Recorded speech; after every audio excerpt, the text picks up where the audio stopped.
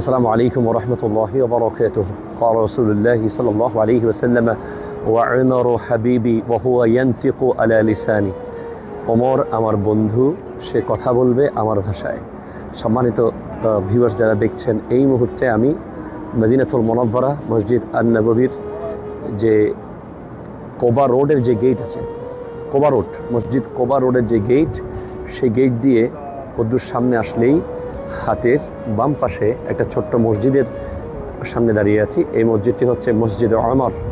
হযরত ওমর রাদিয়াল্লাহু তাআলা আনহুর বাড়ি ছিল এখানে, এটাই হযরত ওমরের বাড়ি ছিল। আমি আমার ওয়াজে, আমার আলোচনায় হযরত ওমর রাদিয়াল্লাহু তাআলা আনহুকে নিয়ে আলোচনা করতে খুব ভালোবাসি। আমি সবসময় যুবকদের জজবাত আনার জন্য, তরুণদের মধ্যে ইসলামের প্রতি একটি মজবুত, একটা শক্তিশালী একটা ইস্তেকামত, মজবুতি, শিদ্দত, ইসলামের জন্য জীবন দেওয়া, ইসলামের জন্য জান দেওয়া, বিশেষ করে রাসূল সাল্লাল্লাহু আলাইহি ওয়াসাল্লামের মহাব্বতে নিজের সব কিছু কোরবান করে দেওয়া, এ ব্যাপারে আমি হযরত ওমর রাদিয়াল্লাহু তাআলা আনহুর মিসাল দিয়ে থাকি। যিনি নবীজির শানে কেউ বেয়াদবি করলে যিনি গর্দান ফেলে দিতেন, যার হযরত ওমর যেদিকে হাঁটতো শয়তান আরেক রাস্তা দিয়ে হাঁটতো।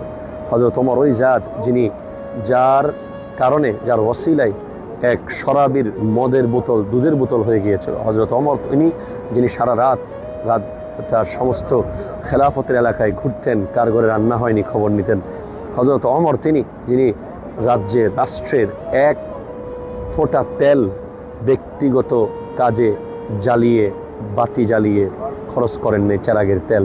হযরত ওমর রাদিয়াল্লাহু তিনি যিনি নিজের সন্তানের জন্য পাত্রী খুঁজেছেন একজন দুধওয়ালির মেয়েকে। তাহলে বুঝতেই পারছেন, যার কাছে তাকওয়া ছিল শ্রেষ্ঠ, যিনি তাকওয়াবান ছিলেন, যিনি আশিক রাসূল ছিলেন, যিনি ইসলামের বিশ্ববিখ্যাত খলিফা, যিনি ইসলামের দ্বিতীয় খলিফা হযরত ওমর ইবনুল খাত্তাব রাদিয়াল্লাহু তাআলার বাড়ির সামনে থেকে। সকলের জন্য দোয়া করছি, আল্লাহ তাআলা সবাইকে কবুল করুক। আসসালামু আলাইকুম ওয়া রাহমাতুল্লাহ।